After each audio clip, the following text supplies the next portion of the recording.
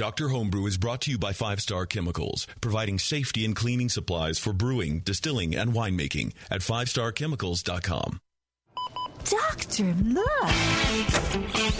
Stand aside, nurse. I'm Dr. Homebrew. Clear.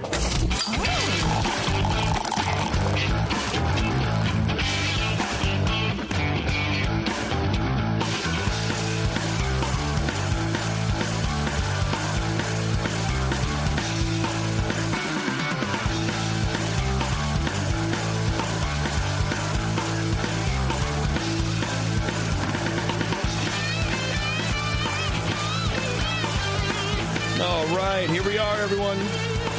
Back in surgery. Dr. Homebrew. Still Lee-less. Lee is out sick today, but we have Matt filling in. Matt's a local dozer from the local Homebrew Club. Oh, you just fell asleep right now. Oh, wait. And, Brian's going to make a good grandfather because he has those grandpa jokes already. Puns and shit like that. You're going to be amazing. You're going to do good, buddy. I get it from my grandfather. You got to pass that stuff along, man. You sure do. Before we get started, I want to thank our sponsor, 5 Star Chemicals. Go to 5starchemicals.com. Learn all about how to clean and then properly sanitize your brewing equipment, man. You can't do both in just one shot. You got to do one step and then 2 steps. You have to do it. And it will make you just a better person in general, but it'll make you a better brewer, I promise. Especially cold side, man. I think as homebrewers, we can kind of fall into this trap of it's all pre-boil, so I don't have to worry about it. And then I think that can kind of bleed over. I know I do that all the time, actually, which is my beer tastes like shit sometimes. But don't be me. Don't be JP. Clean your stuff, sanitize it. Use PBW, then Star San. You got to do these things. 5starchemicals.com will show you how. If your local home shop does not carry 5 Star Chemicals, please threaten to kneecap them if they don't start. Yes. Don't be a JP. Don't be a JP, man. Please don't do that. Brew with care. Please do. Brew with care, man. Man, we're having a whirlwind Dr. Homebrew day already, man. We got, what do we have? We have a Brett Saison kind of thing going on. We got, what else do we have? We've got a lot of flavors to share with everybody today. We do have some flavors. We have a grapefruit Belgian pale as well, and a Belgian Saison that may or may not have Brett in it. We need to find that out from the guy. Well, Josh. We're going to call Josh here in just a second. Actually, let's get him on the line and keep him on hold because why not? Because I can, I guess, really. And, we'll get him on the phone here because, sometimes, man, I get confused. I think, can't these Saison yeasts kind of kick out a pseudo-Brett quality? And you kind of, then you don't really know, right? Right. Mm-hmm. Okay. All right, good. I'm making sure that I'm not stupid. Josh, are you with us, buddy? I am. How you doing, man? Not too bad. How are you guys doing? Pretty good. We're all right. I'm glad we can settle on the time, man. I'm sorry I had to kick you up. Poor Josh, man. I kicked him around like 3 times, and he's like, seriously? What's going on, dude? It all worked out, you know. Oh, he's good and ready for us. That's true, exactly. man. I watched the last show, and you guys did like the Uber Brett beer, so I don't know how this is going to stand next to that. Well, neither do I, but we'll get, we'll jump in there. How long you been homebrewing, Josh? Just about 2 years, but really more actively in the last year. Probably 9 batches in the last year, and only 1 or 2 batches in that year before. Okay, are you falling off for any reason, or? No, I brew more now than I did before. Like I kind of okay. got into it on the extract end and did 1 or 2 batches, and then kind of went in heavy last year around this time with all grain. There you go. You loving it? Yeah, it's been a really good time. It's awesome. I'm a pharmacist, so this kind of stuff sort of it's in your wheelhouse, man. That. Cool. Yeah, it's either like people in the science industry, pharmacies in science industry, right? Come on, I would say that's a scientific profession, or engineers. Those people tend to do really well as homebrewers because you can pay attention to the details and you can focus in on stuff, and you know how important it is. Absolutely. Okay, so explain to me what we have here, man, because I'm smelling it for the first time and it smells amazing. Yeah, I sent you guys, so this is probably confusing. The way I did this was it was a split batch where I made the same wort, and then I pitched Belgian Saison 2 into the whole 7 gallons, but then into half of it, I pitched Brett B. Okay. So I brewed it about 9 months ago, so it's aged quite a while. The 12-ounce bottle that you guys have is actually just the plain Saison. Okay. And the bombers were the Brett Saison. And kind of the reason I sent it into you was because as I tasted it, I don't really get I get the Brett, but I don't think it's super heavy. And it sort of seems more like if I were going to submit this to competition that I would send it in more as a Saison. But I know some judges will really, if you read the guidelines, they're super clear that Brett is not supposed to be in the traditional like Saison. So I don't know if this falls into more of a 16E type Belgian specialty. Yeah. We agree with you, Josh. The Brett is light. Okay, next caller. I will take my answer off the air, please. Exactly. I was like, really? I waited around for that shit? No, yeah, it's a pleasant beer. But yeah, the Brett is really subtle too. We're like, is it the Brett one or? But we because also sometimes you don't know. Right after from the last show, there was a Brett bomb that just hello. Yeah, and that was kind of the thing. I sort of wished I would have just sent it into you guys as Saison and then seen how, And then we would have missed the Brett, and then you would have called us out on it and smacked us. Exactly. Losers. There's Brett in there. Come on. You can taste it, can't you? And they'll be like, I guess I get it a little bit. Yeah. Yeah. No, yeah, it's definitely there, but it's super light. Yeah, and I didn't really weight anything. I pitched it all at the same time. I think the only thing that having kind of read up on it a little bit more now would have been to mash higher to leave a little bit more stuff for the Brett to chew on over time. But I think if I had done that, the part without the Brett already finished a little high. It was like 1.01 final. So it probably would have been even sweeter had I not, mashed at 150. Yeah. Well, I mean, the Brett can help you finish out to whatever gravity you're targeting too, and it does take a while to act. So yeah, if you want to, mash it higher than you would have, and we're already getting into feedback here Let's describe the beer, but pump the brakes, Brian, and just start us from the top. Okay, break Josh's beer down for us, would you? Yeah. So the Belgian Saison with Brett. It's we are on the 22-ounce bottle. Had a nice hiss when we opened it up, and medium fruitiness in the aroma, a light white pepper character in there, low oranginess. The bready malt notes are a bit muted, but pleasant. No DMS or diacetyl. It has a very light Brett note and kind of an earthiness and a light hay that comes through, but pretty subtle. There's a light kind of tart note in the aroma as well, but overall it's a pretty clean smelling Saison, and I like the aroma a lot. Light yellowy gold color with orangey highlights. It has a moderate haze to it here, and you can have some of that. The sample's not too bad. I guess maybe it settled a little bit, but something. Had a low white head that persisted for a pretty good amount of time. Actually, quite a long time, but stayed kind of a low head, and you can kind of swirl it up. I think this might be fairly highly carbonated beer. So low head is just kind of bubbles on the surface, or you can see the beer through it, or it starts low. I mean, it doesn't pour up a big fluffy head right away. It just starts kind of moderately low. Usually, when you're judging a beer, you'll tend to pour it straight down the middle of the glass and see what it kicks up, and then. So, like right now, mine kind of looks, honestly, like the Earth, right? If the foam in the middle, the bubbles in the middle were the continents, and everything else, all the clear beer around it was the water. That's what it looks like to me. Would you still classify that as? Would that be a low head?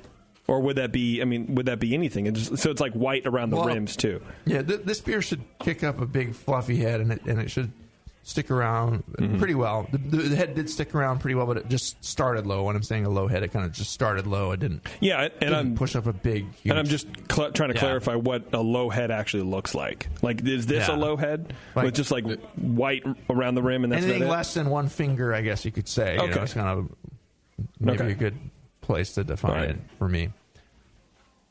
Well, then I like that. Moderate haze, low. Yeah, it stuck around for a pretty good amount of time. I already said that. Okay, rewind. Fast forward now. Okay, flavor.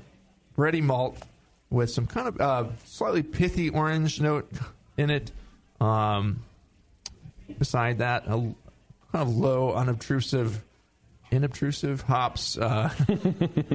Seems like a pretty clean Belgian ale ferment here. Like you took care of your yeasts and it did a lot of things right there. Maybe a little bit of kind of honey, like it just.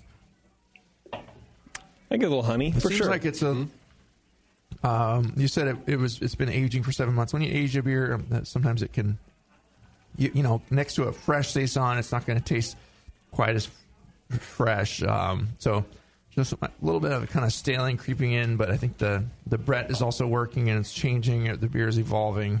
So I'm not sure where it's going and where it's been, but where it's at now is, just a little bit of honey kind of flavor in there. Aftertaste, really, big yeast character, especially the fruits in there, the oranginess. And it finishes lightly sweet, or at least the impression of sweetness from the fruit in there. And again, only a hint of Brett, kind of a light little hay-like flavor. Yeah. With that orangey, it works really well. Yeah, it's, balance-wise, it's not a bad place to be, but, an experienced judge would pick that out. But if you didn't mention it, some might miss it. And so, if you declare it, you really probably do want it a little higher than that. Mouthfeel-wise, medium light-bodied with low astringency, a hint of alcohol warmth. It's not very creamy or rich or anything. It's just kind of a medium-high carbonation, pretty spritzy, a little carbonic, and it feels a little drying on the tongue, despite that hint of sweetness in the flavor. It's kind of an interesting dichotomy there. Yeah.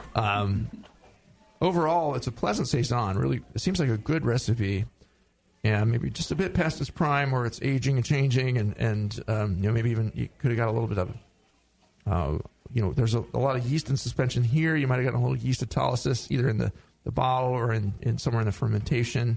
You want to make sure you take it out the yeast promptly once it's all done, finished out, and everything. And I don't know, what your process was there. I'm sure you pay attention to the good stuff there. But the Brett is slow to take off, but it's a little bit there. If you're declaring that, just bring that note up a bit, and just pay good attention to your yeast health. But it seemed like cleanly fermented. That's kind of a light point. It's just like a little bit of a kind of a meaty quality to it, I thought. So maybe something with the yeast there that's going on and changing. So I don't know, but I give it a 35. I thought it was a very pleasant, a very good Belgian saison, even with the Brett. I don't know that I'd score it any higher as just a Belgian saison. It's got that. Knowing that it has Brett in it wouldn't change anything? Well, just as a straight Belgian saison, it doesn't. Yeah. It doesn't have that light kind of the bright fruitiness and the kind of cakey, smooth malt quality. It's like a little. It tastes like a saison that's past its prime, and then you get a little bit of that Brett in there if you look for it. So too sweet, maybe. It does finish slightly sweet, but again, I think that's from the esters and from the yeast in there. So okay. Well, Matt, what do you think? So I judged this 45 minutes ago or something. As the beer is warm, though, I went back to it. I wrote a note here and I circled it. And you remember Fruit Stripes gum? Yeah. That's what I smell. Okay. Yeah. All right. Zebra. The zebra. Yeah. Yipe Stripes. Reminds me of shopping at Kmart with my mom. Your beer reminds me of a multicolored zebra. Right. I get a lot of fruity, kind of strawberry esters up front with some light pepper. Not a whole lot of hop character, but that's not really to style anyways. Clean malt character in the aroma. Now I got a big, thick off-white foam as it poured. And it's, I shit you not, it stuck around like 45 minutes later when I went back to it, it was still there. Maybe it wasn't as thick as it was, but it was still there for sure. Hazy light gold. Flavor, I have, pretty peppery lemon, sort of pithy lemon. Backside bitterness is a little lacking. Finish is pretty dry. And there's a little bit of that leather going on. But then again, maybe I was, when we were talking about it, does it have Brett? Does it not have Brett? Maybe I was suggesting it to myself. Hop flavor is pretty subdued. Malt comes through is a little bready, not bretty, bready. It tastes a little bready. Okay. Let's see, a little bit of alcohol warmth as far as the mouthfeel, a little bit of heat on the back of the palate, lots of carbonic bite going on there, very effervescent. My overall impression of this, I'd like to see a little bit more hop bitterness, I guess, to balance out that big, sweet, estery, fruity note. And saisons are typically on the higher end of bitterness, anyways, for Belgian beers. Okay. But I ended up scoring this very close to Brian. I gave it a 36. I thought it was a very pleasant beer. I liked it a lot. Awesome. Yeah. Awesome. Yeah. It would be fun to talk about where this beer, you said it went to 10-10 before you added the Brett. Do you know where it's at now? So, no, the version of it that did not have any bread in it finished at 10-10. Okay. The breaded version finished, I think the last gravity reading I took before bottling it was like 003, maybe, something like that. Wow. And what did it start It at? finished pretty low. Yeah. Because like I said, I pitched the Brett and the Sack both at the same time. This was the first beer I actually had temp control for. So I thought it'd be kind of interesting to take a couple different approaches to it since I had the Well, that's good. You must have worked with your temp control well enough to keep the Saison yeast happy, because it is notoriously kind of finicky and it will drop out if you got it in a system where you're I don't know. Do you have the like a thermal well where you're measuring inside the beer temp? No, it's actually just taped to the outside of the carboy with some insulation on it. You can kind of do a pretty good job with that too. But yeah. I think part of it was, too, what I've read is the Saison 2 is actually not as notorious for that hold up or stalling out. So part of me kind of wonders if it just chewed through everything before the Brett really had a chance to, get going. Well, yeah, I mean, 10-10, depending where it started, too, 10-10 is kind of towards the high end of where it's supposed to finish. They can go down to 10-02 or thereabouts, for a finished Saison. The biggest problem most people have is not getting them dry enough. But, yeah, it worked. The yeast worked, and then the Saison or the Brett kind of did the rest of the job. But you might even, I don't know. Yeah, you can experiment with it and see if mashing at a higher temp and leaving a little more dextrose in there for the Brett to chew on, or putting some wheat in there or something, and just giving it some more, starchy, bigger chain material to chew on a little bit might be a good thing for that Brett to keep it happy and make it more as declared. Sure. So if I wanted to, submit just as a regular Saison, you're saying that it kind of needs some more of the fruity. Is that just a lack of esters, you think, or is that a recipe issue? It's pretty fruity to me. It just didn't have the freshness and the brightness that I want. So the fruit characters that I'm getting are mostly orange and less of the kind of lemony thing. Mm-hmm. What did you do at the end of your fermentation? Did you let it rise up a little bit, or did you just keep it kind of steady and stop? Or so I did this. I started at 72 degrees F for 3 days, and then I ramped it, I think 2 degrees a day up to, I think 82. Yeah. And kind of just let it sit there for quite a while and let it ferment all the way out, or as far out as I could get it anyway. Well, you could always try fermenting it with 6 different yeasts. No, that's sorry. the other option. Oh, I digress. No, I think what you did that's sounds the other right. thing Yeah. I've noticed with this too is I think Ryan was mentioning that he had kind of a lot of carbonic bite, and this was I think one of the last beers that I bottle conditioned, and I've definitely noticed a lot of bottle variability as far as carbonation's concerned. Saisons will do that too, I mean, once in a while, when it just starts creeping up, this one was kind of, creeping up the neck a little bit. Hey, that's all right for a Saison. They'll do that. Boom. And, the carbonation helps to drive a lot of those flavors, and it plays off the dryness that's in there already. So, I wouldn't necessarily back that off. That's fine. But, if you can kind of keep it somewhat under reasonable control, and so your bottles are somewhat consistent, then, but the yeast is going to do what it'll do in there. Can I give you guys the recipe real quick and see if you can make any changes to that? Definitely. So I had about 75% Pils malt, 10% Munich, 7% wheat, about 5% just sucrose, table sugar. And then for hops, I did, about 15 IBUs of Willamette, and then at 60 minutes, and 3 ounces of Saaz at 15 minutes. And then the yeast we talked about already. Yeah. I agree with Matt that the hop is maybe a little bit light. You could push that up a little bit to help balance it, and that might be part of what's missing in the beer to keep it kind of balanced. But yeah, a little bit more at the bittering. A little more on the bittering, yeah. Yeah. Because they can be substantially not like bitter like an IPA, right. but there can be a substantial bitterness there to balance all that yeast character that you have. So, can you give them a range, like another 10 IBU or 5, like something easy? Yeah, for sure. 10? Okay. Another 10 maybe. Yeah.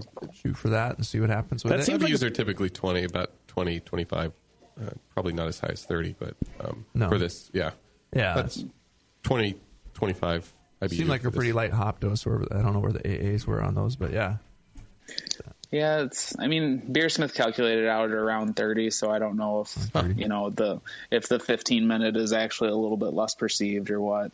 The other thing I think I'd probably change with this is my OG actually came in, I think, above 1.06, and I'd probably back down on that a little bit. I think you guys had mentioned it seemed just a little bit hot. I think the breaded version came in like between like 7.5% and 8%, so it was a little boozier than I probably would have initially, or that I would do now anyway. But that's about right for the style. You can get right? up there, yeah. I don't think you'd want to dial the gravity back too much on that. Too far. All right. But that might, if you did a little tiny bit, it might let the Brett shine through a little more too. I don't know. But I think just, more age on the Brett, it's going to keep changing. And sure. 7 months might sound like a long time, but it's, the Brett can, after 12 months, it's going to taste different. And 15 months, and just keep tasting it. You might just save whatever you have left. You put it all in bottles, you said, and it's in the bombers. Yeah, I've got like 5 or 6 bombers left shoved under like a crawl space in our house somewhere super inconvenient for me to get to. So hopefully they'll last. That's a good idea. Hide the beer from yourself. Yeah, I like that. Well, that's kind of be one of those things I'd like to do once a year and I discovered see how it changes over time. Yeah. Josh, do you have any more questions for the guys? No, man. I think that does it. I appreciate it. Okay. He opens the last one. Cool. It's perfect now. Why didn't I say all of this? Right. Well, that's what's going to happen because that's what always happens. Right. Yeah. And you can enjoy and savor that last bottle whenever it comes. Or it could be going way downhill. You never know. That's true. Very nice beer, though. Thanks, guys. All right, Josh. Cheers. Thanks, man. All right, take care. Have a good night. Cheers. You too. Bye. Bye. Cool. That was fun. Good beer, man. Yeah, I like that. Okay, let's take a break. And then when we come back, we're going to talk with Andrew. Back after this, it's Dr. Homebrew. Hello, fellow BNers. This is Sully from the 21st Amendment Brewery located in San Francisco, just 2 blocks from Giants Park. Before Nico and I opened the 21A and before I was a professional brewer, I homebrewed on my small 4-burner apartment stove in a back house in Santa Monica, California, making my extract brews before graduating to the daunting idea of all-grain brewing. Homebrew books and information was hard to come by back then. The internet hadn't been invented yet, along with other things we take for granted today, like electricity and potable water. One thing I wish I had back then when I was learning was a radio show that could teach me the ins and outs of brewing and answer questions that I had about homebrewing, a resource for making great craft beer. The 21st Amendment Brewery is excited to be a proud sponsor of Dr. Homebrew, a great show that teaches you what you need to know about making incredible beer. Good stuff. Listen up, you might learn something. I certainly did. And thanks for your support. Tasty Crack Kings. Since the first time the Brewing Network microphones turned on, More Beer was behind it. More Beer sponsors the programming on the BN because, like you, they love brewing. And like the Brewing Network, they love sharing their knowledge. Morebeer.com isn't just a website to place your next equipment or ingredient order. Morebeer.com also gives you access to free beer information that will make you a better brewer. Go to morebeer.com and click into the Learning Center. You'll find podcasts, technical facts, video tutorials, and more, including access to The Buzz, More Beer's social network of more than 5,000 members. And some of them might even be crazier about beer than you are. Get over to morebeer.com today and take advantage of The Buzz, the forum, the Learning Center, and make sure you're signed up to receive the newest More Beer catalog. More Beer, bringing you absolutely everything for beer making. That's it. I've had it. I am never putting hops in my beer again. What? Why? It's just too ridiculous. Insane prices, stupid contracts, high shipping costs, crappy selection. Dude, you need Nico Brew. Nico Brew will rock your f***ing face right the f*** off your f***ing skull. $5 shipping to all 50 states. Plus fantastic international rates get you low prices on Nico Brew's great selection of hops and more.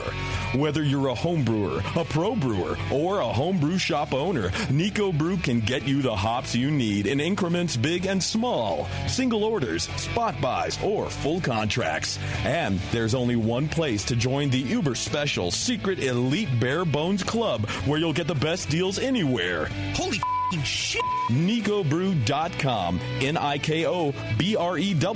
Nico Brew, your bare bones buddy in the brewing business.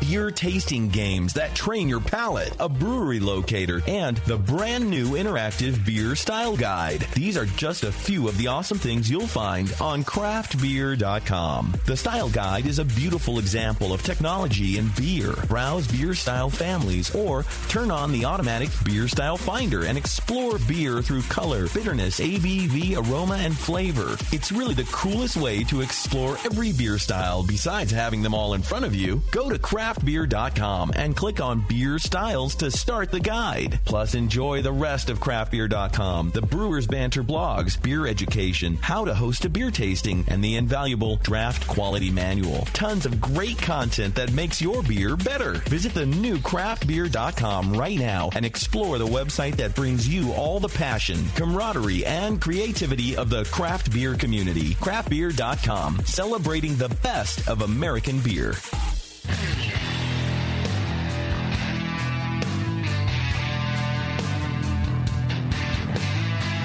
Now, back to the examination.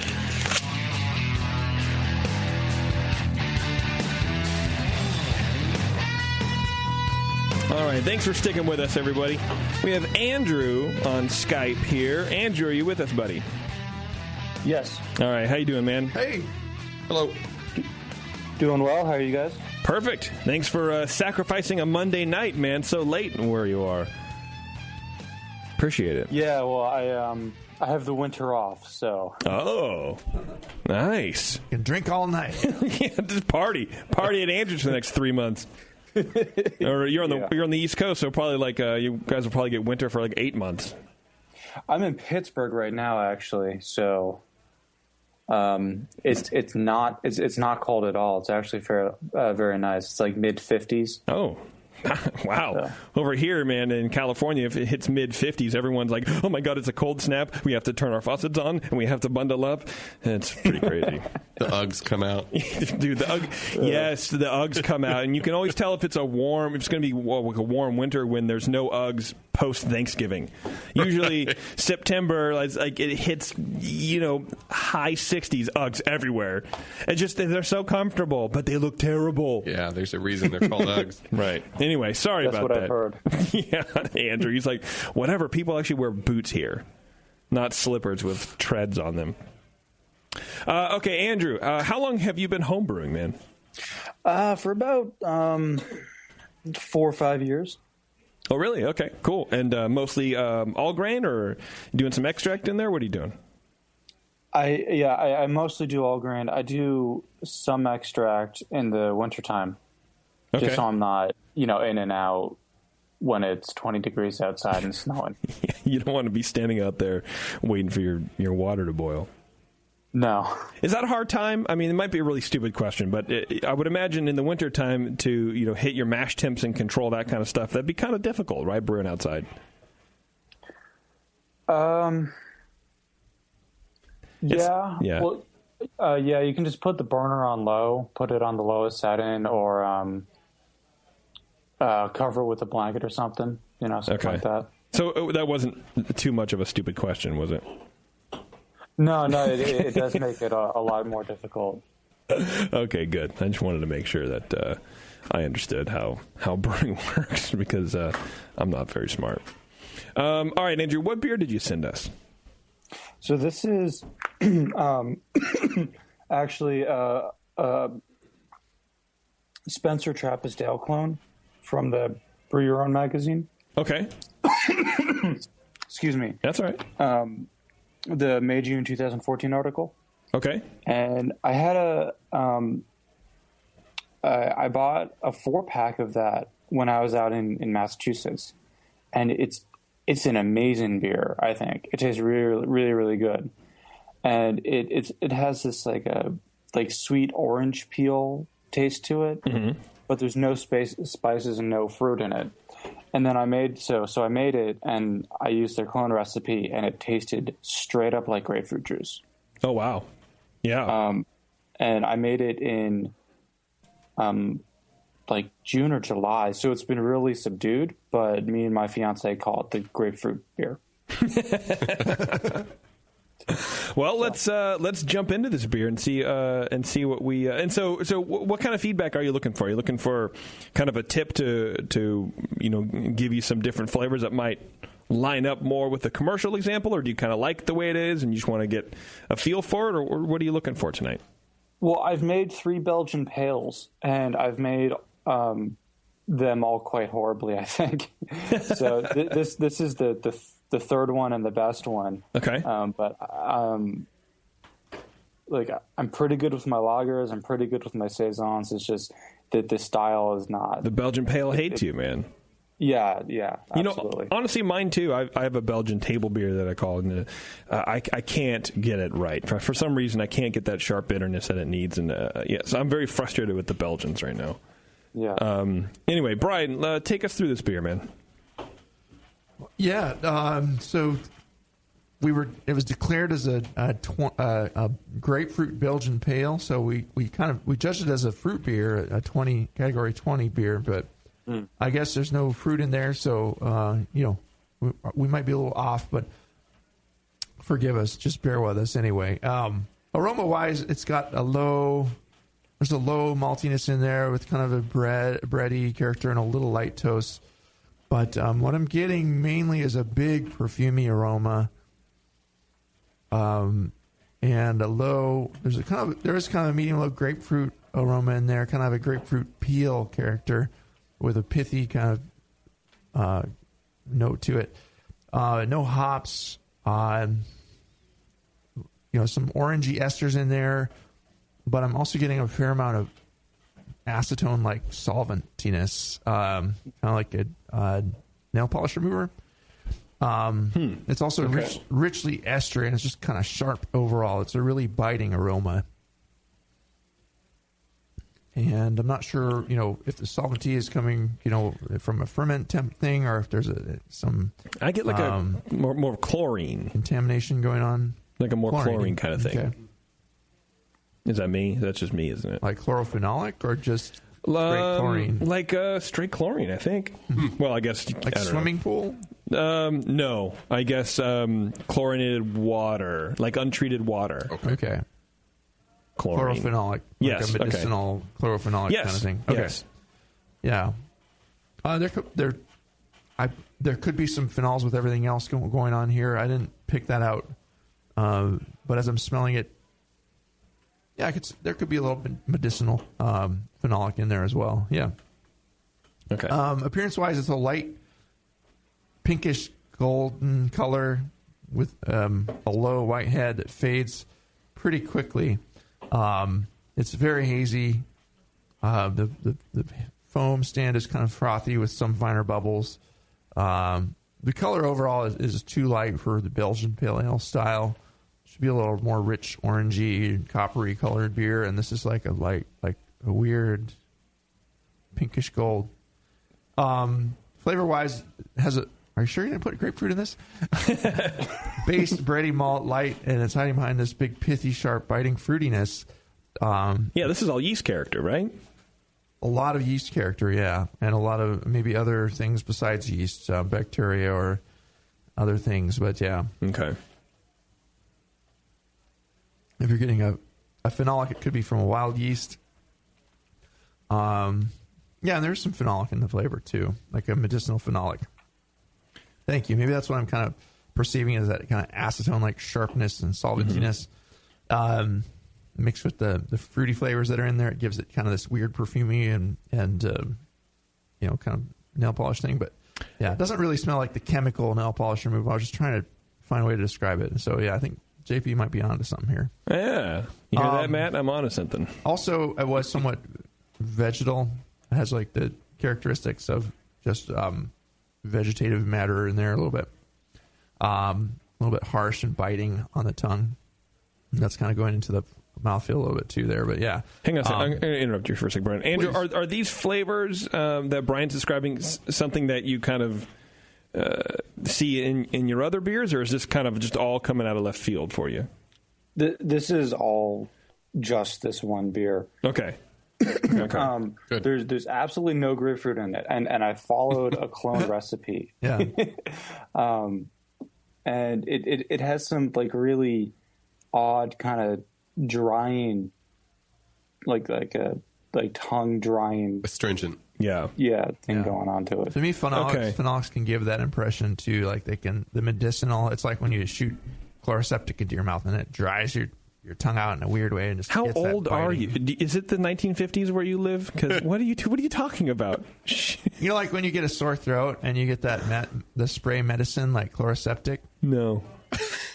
That's the classic. I mean, Brian's a grandpa. That is a chloro. They still sell that shit. It's been handed down from my grandparents. They gave it to me. But it has that biting, astringent kind of character. Okay. And you'll find you some online right now. You can buy that stuff. You can go to Walmart and get it. Fucking surfing Amazon right now on his phone. Maybe your parents just let you suffer through your sore throat. They want me to be stronger. Yeah. You don't need no medicine. Just suffer. Okay, so we know that there's something off with the beer. How do we, maybe let's shift to trying to fix it for him. Where could we have gone wrong with this? Because it's not the recipe. This is a contamination of something, right? Sure. Contamination, yeah. Here, chloroseptic, right there. Oh, why didn't you say so? The spray cough syrup. Spray cough? Yeah. Well, it's not cough syrup, though. No. It's for your sore throat. It anesthetizes and numbs your throat when you have a sore throat. Oh, yes. I'm not saying this beer is numbing our throats or anything, but yeah. No, okay, now, but it has that kind of biting astringent, and it has that flavor, that medicinal phenolic flavor. Yes. So that's like what it's coming from and stuff, and you probably shouldn't spray that into your beer there, Andrew. So, next caller. Oh, wait. No, sorry. I did make a starter out of the dregs of two of the Trappist ale beers, but I followed my general steps with yeast management. Yeah, that's done carefully. I mean, if it could, I was thinking it could either be, contamination from that or yeast stress. Maybe I don't. When you were making the starters and you would grow it up or however you did it, did you smell the starter? And if you did you get any of these aromas out of that? You see what I mean?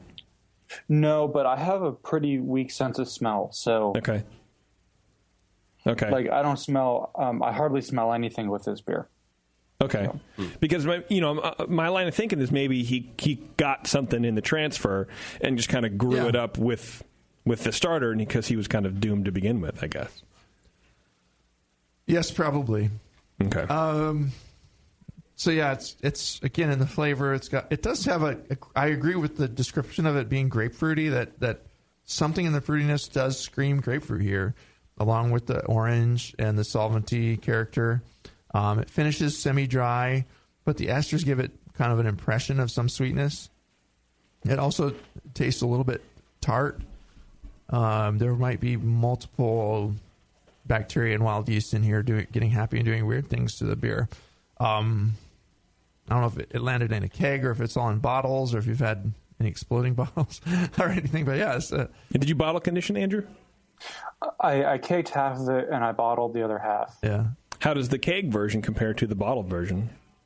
It was the same, only it was more grapefruity. Huh. Wow. More grapefruity. Yeah. Okay. So the grapefruit flavor has subsided over the last 6 months or so. Okay, so this is definitely ferment-ish. This pre-ferment. I don't think it's packaging. It's not cold side. It's not cold side, but it's not bottling or something in the bottling wand or something like that, right? It's got to be from the jump. Yeah. It does taste like that chloroseptic medicine. It does taste. It has a chlorophenolic in it. Thank you, JP. You're welcome. Lee should have been here. It would have helped his throat. If Lee was here, we'd be on track. We'd be halfway to having his beer fixed. Right now, we're just trying to figure out what's going on, but it's okay. Because I mean, I can get the orangey, I can get the things that you were saying, Andrew, in the beginning. Like you kind of fight through all the chlorine, and I could see what the beer could be, and it does smell like a very interesting beer. Kind of orangey and sweet. I can see that. Yeah, but still, the overall impression, it's kind of lacks almost all of the character of the base style. Like sometimes a phenolic can hide a lot of the things that you really are looking for, but also just the color is a giveaway too. That there's the malt is not quite there that should be in there to give the beer its character. But even that being right wouldn't fix the beer. Something just got away in here and it took over and left it with this astringent, biting mouthfeel and a big phenolic in it there. And kind of a perfumey, solventy character, vegetal. So yeah, it lacks a lot of the character of the base style, and it has a number of different flaws going on. And it's harsh and pithy. And if it were a fruit beer, we would tell you exactly how to add your grapefruit to make it taste perfect. But we won't do that because it wasn't intended to be a fruit beer. So it's just not a clean beer. It needs to work on the sanitation and. Just grow the intended yeast strain up from pitch from a packet the next time and brew the same beer and see if you get closer to that beer you're trying to clone. I bet you could do a lot better than that. But. Yeah, is it proprietary yeast strain, Andrew, or is it something you can grab from like White Labs or something? It's proprietary, and that's why I grew it up. And all of their beers are bottle conditioned. Because now, Matt, maybe you can help me out. Correct me if I'm wrong, but. I've heard that you shouldn't grow yeast from a bottle of beer that has a high alcohol content because that can mutate the yeast. Right. You're definitely going to have yeast stress with that. Mm-hmm. You're not going to get the same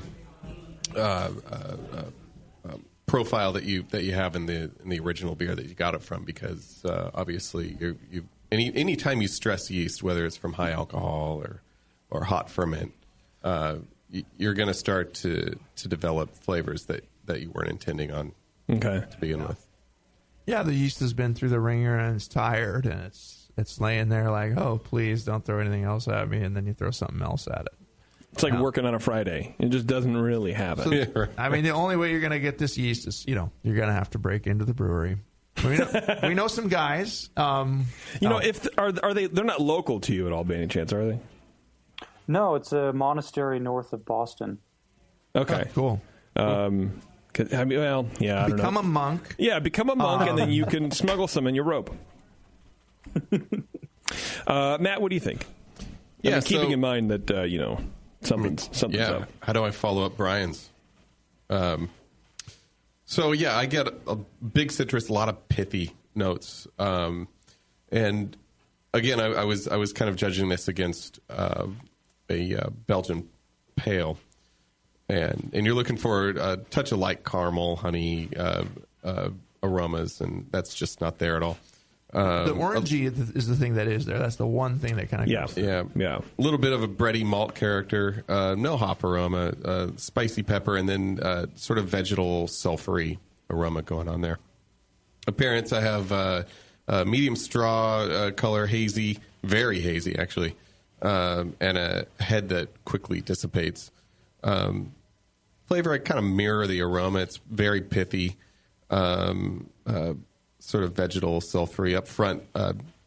And there is a lot of grapefruit citrus flavor, followed by a little orange-like esters with some low-level peppery phenols. finish is super dry, and the fruit, just kind of sits there up front and says, "Hey, I'm here." Some honey-like maltiness, kind of in the background, if I were to look for it. Lots of carbonation. This thing just, as far as the mouthfeel goes, is just very, very effervescent. Not a whole lot of alcohol worth, but what struck me was a lot of astringency. So what I was immediately thinking was there's definitely some secondary fermentation going on by something that wasn't necessarily meant to be fermenting. Yeah. Not a whole lot of malt character to this. This is just a big yeast bomb. The yeast and bacteria based flavors really take a front seat on this. Super astringent, so you definitely, and that could also come from the fermentation character, but also take care with your mash temperature or your sparge temperature, making sure that you don't exceed 170 degrees. Don't over sparge. Watch. You don't want to over crush your grains. As far as the vegetal sulfury thing, that sometimes can come from poor malt quality. But the big thing here is the problem with wild yeast bacteria that got into this and went wild, had a party for sure. Yeah. It couldn't have been helped that you attempted to do it. Then trying to grow up from a small sample is always tricky. But yeah, I suggest just cleaning all your stuff real well. Just take a day and just clean everything, and then try it again, man. Try to find out what general style of yeast they use and what characteristics it has, and try to find the closest match in a commercial strain that you can get to. If you talk to someone there, they might even steer you if they're really nice, but they probably won't. Yeah, shoot them an email. It might be worth it. Or give them a call or something like that. See if, what did the clone recipe recommend using?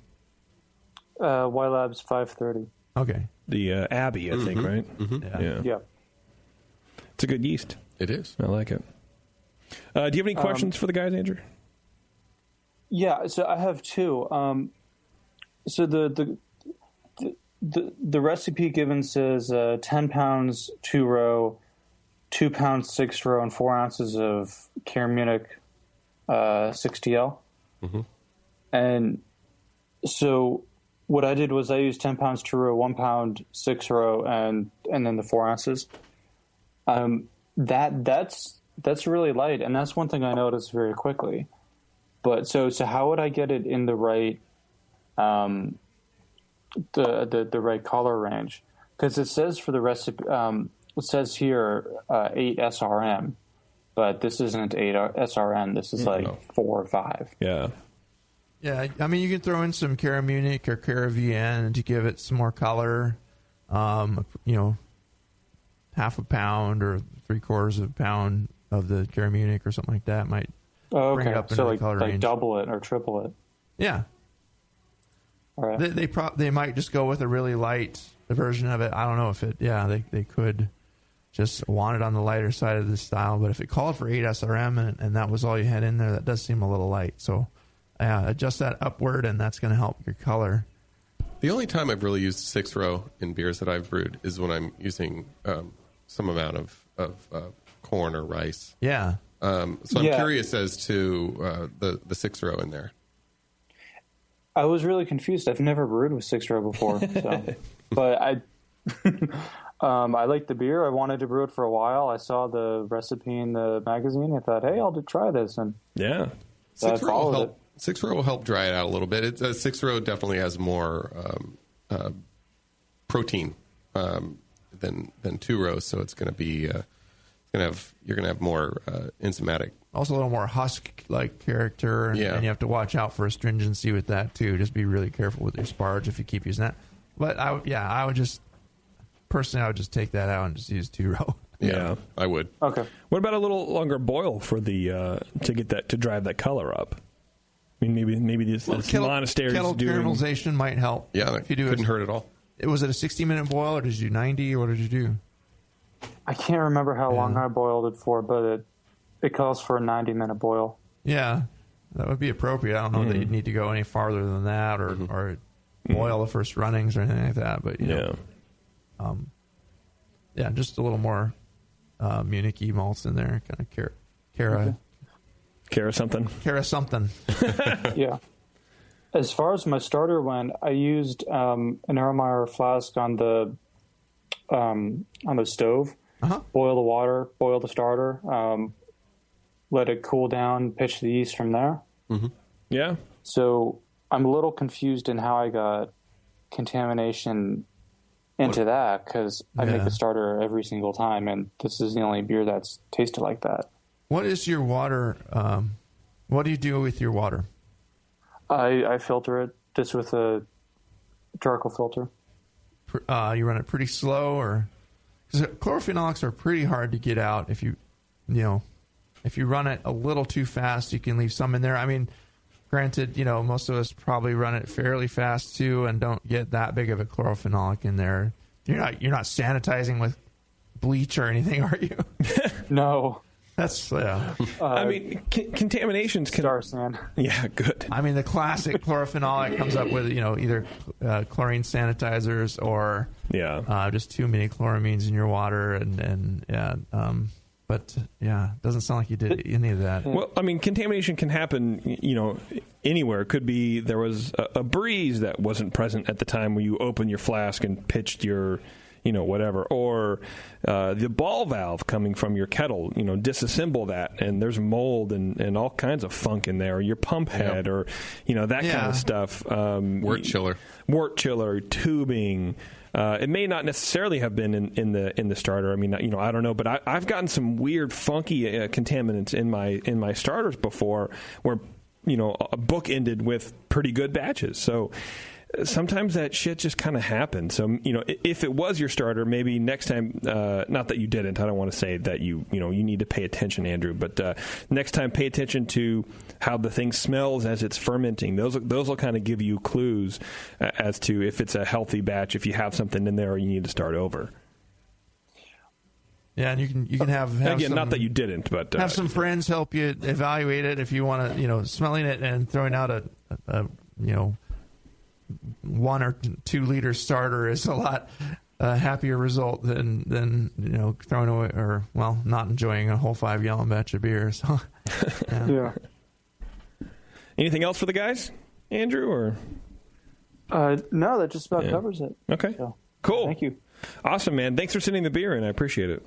I hope we helped. I know you. We helped for sure. What's going on with my beer, and maybe I'll just keep trying and work with the yeast, keep your yeast happy, and you shouldn't have it happen like this again. Yeah, and do a full clean, just every nook and cranny, man. Maybe even replace your transfer tubing, because things can live in anywhere. I'm assuming you drank the beer that you got this pitch from. Yeah. Yeah. So. I'm curious if you get any of that of the those off flavors that we're describing in this beer. If you got that in that beer, no, they taste completely different. Yeah. Well, man, break everything down, give it a good soak, replace any plastic parts, and clean your ball valves, and give it another shot, and let us know how it goes because. Something went weird, man, for sure. It's an interesting tasting beer. I'll definitely it really give is. it that. Yeah. You could have fooled me. I thought for sure. Yeah, it's neat to taste a beer that tastes that fruity and grapefruity without having any grapefruit or fruit in it at all. So that was kind of interesting. For sure. All right, Andrew. Cheers. All right. You there? All right, buddy. Thanks, man. Keep on drinking there. Bye. No, sorry. Yeah, sometimes that happens, man. You just kind of get a funked out thing, and it can hurt. Yeah. It can hurt, but you got to keep going. Man, we got some hardcore East Coasters tonight. This is we good. do, man. Yeah. We do. Yeah. We get a lot of East Coasters. Let's take a break, and when we come back, we're going to get some awards out. Oh, yeah, and all that kind of stuff. It's Dr. Homebrew back after this. Ken Grossman of Sierra Nevada Brewing Company says making great beer is hard. Making the same great beer every day is harder. Brewers Publications announces its latest release for breweries of any type and size. Quality Management, an essential guide for brewers by Mary Pelletieri. Proper quality management for small, regional, and national breweries is critical. Whether you are an established business or brand new, learn the best ways to create and manage a quality system in your brewery. This book will guide you in developing a comprehensive program that will grow with your brewery, help ensure quality processes in the brewery, and continue providing great beer for your fans. Quality management for breweries is critical for continued success. This guidebook teaches you to integrate quality management in every level of the operation. It will guide you in developing a comprehensive program to ensure quality processes in your brewery. Quality Management, an essential guide for brewers, now available from Brewers Publications. Learn more at brewerspublications.com. Do you know the 3 most important rules in brewing? Sanitation, sanitation, and sanitation. And no one does it better than 5-Star Chemicals. 5-Star knows sanitation. You can only sanitize clean equipment. And 5-Star knows how to clean, too. For craft brewers and home brewers, 5-Star has what you need to keep your fermenters, serving tanks, kegs, and draft lines sparkling and free of any beer-spoiling bacteria. PBW, caustic, acid cleaners, Star San, SaniClean, lubricants and defoamers, pH stabilizers, and more. 5-Star Chemicals has cleaning supplies, safety supplies, heat exchangers, pumps, hoses, and valves. And 5-Star is proud to offer eco-friendly products that exceed customer expectations. If you have a cleaning problem, you need the 5-Star solution. Visit 5starchemicals.com or call 800-782-7019. 800-782-7019 and get the 5-Star treatment today. High Gravity Homebrewing Supplies wants you to keep it simple. Brewing should be fun. And with High Gravity's amazing electric brewing systems, it is. High Gravity keeps their brewing systems simple on purpose. More efficient than gas, customizable, and with your choice of 1, 2, or 3 vessels, High Gravity's electric brewing systems will completely change the way you brew beer, formulate recipes, and improve your beer's consistency. Dave at High Gravity can customize your system to fit your needs. High Gravity invites you to visit their Build Your Own Brewery page and see how easy it can be to brew electric. And High Gravity offers $7.99 flat rate shipping on most of their products. www.highgravitybrew.com. High Gravity. Keep it electric. Keep it simple. Visit highgravitybrew.com. Admit it. Homebrewing is not always free of frustrations. Years ago, brothers Bill and Jim Mitchell decided to minimize those frustrations and create an entirely new brewing process and a brand new kitchen appliance, the Pico Brew Zymatic. The Zymatic sits on your kitchen counter and connects to the internet via Wi-Fi. It comes with access to a huge recipe library full of award-winning beers and can brew your next batch at the push of a button. Improve repeatability and refine your recipes with the Pico Brew Zymatic. With minimal cleaning and hassle, the Zymatic enables anyone to brew craft beer in the comfort of their own kitchen. Just add your ingredients and the process of homebrewing becomes simplified and automatic, allowing you to focus on what really matters while you brew. At Pico Brew, they believe everyone should be able to enjoy the art of homebrewing and make their own damn good craft beer. See the Zymatic in action today at picobrew.com. I'm sorry to tell you this, but we're going to have to pour you out. Back to Dr. Homebrew.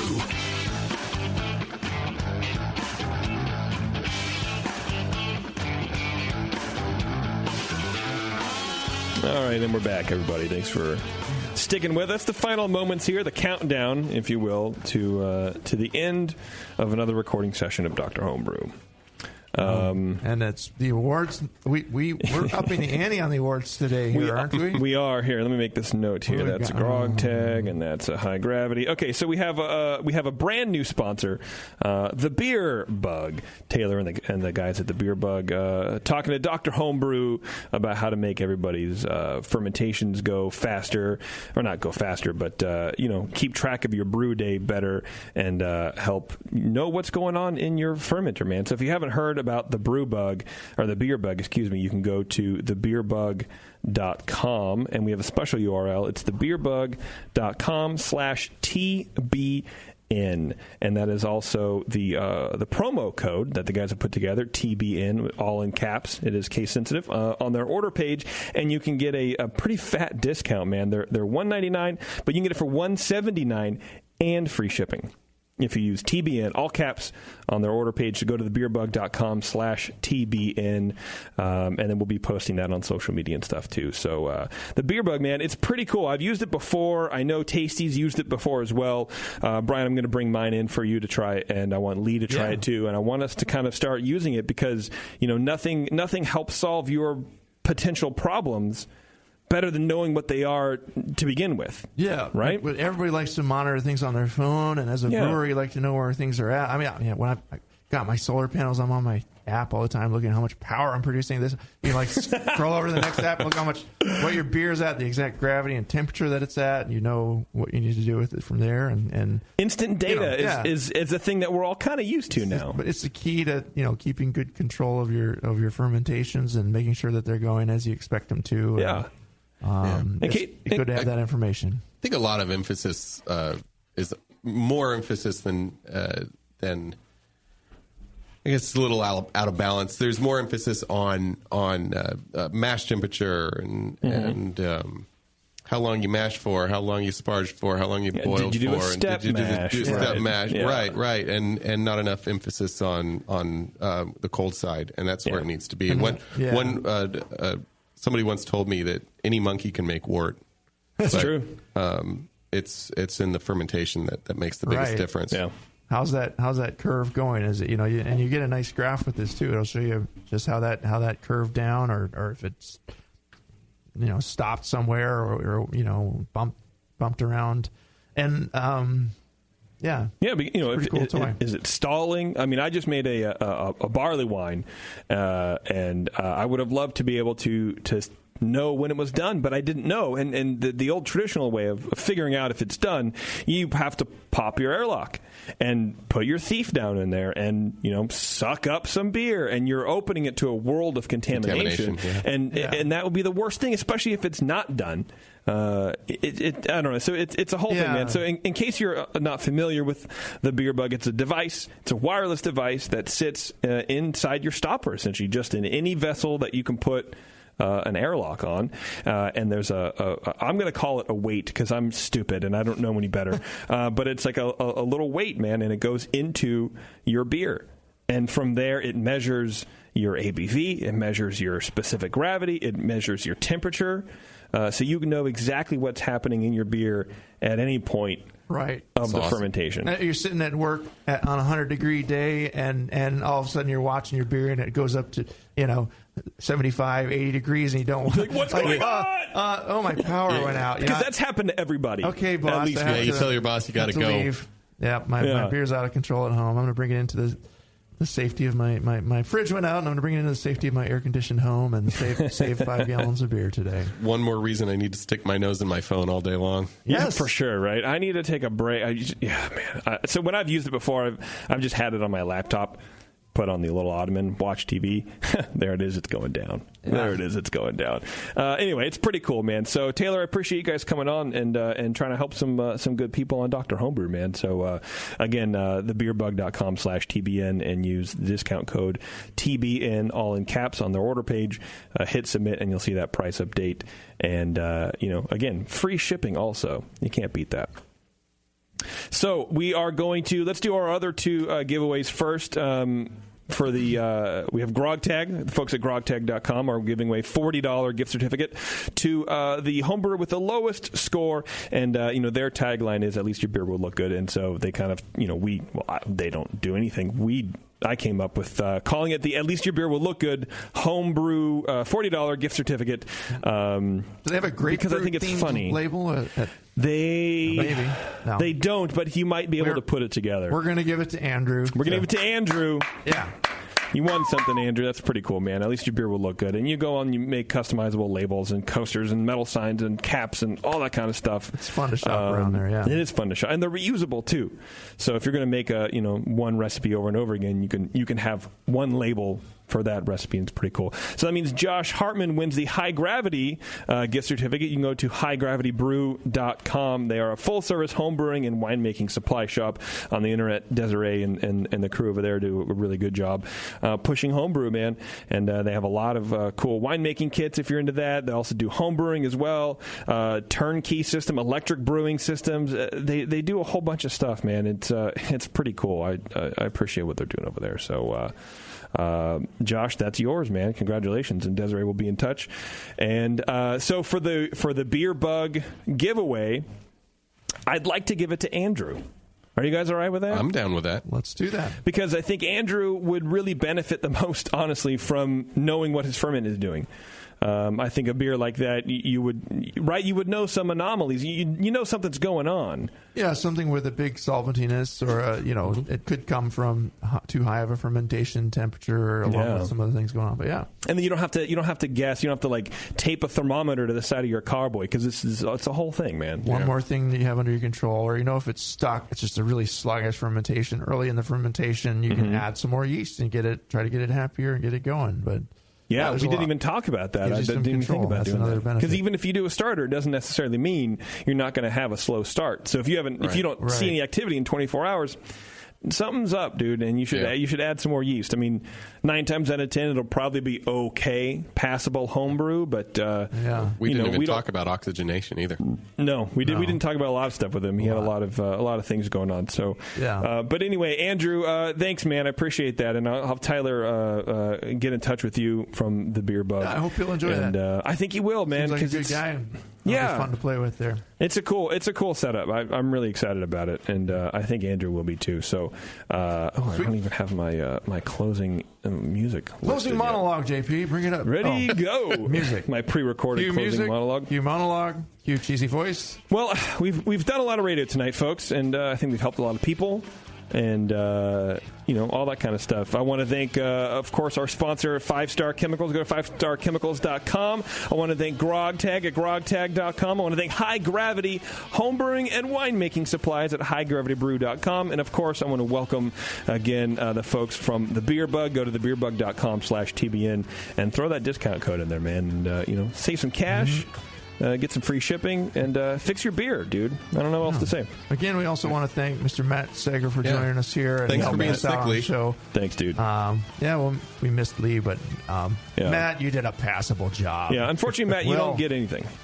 Matt doesn't get anything. We'll buy you a beer at the bar. Oh, yeah, we'll buy you a beer, buddy. Thanks for coming. I've judged with Matt a lot over the years, and he's a great guy. He did a... For sure. He did a stellar job. Stellar job. Yeah. Thanks. All right, everybody. Thanks for tuning in. We'll see you next time. It's Dr. Homebrew.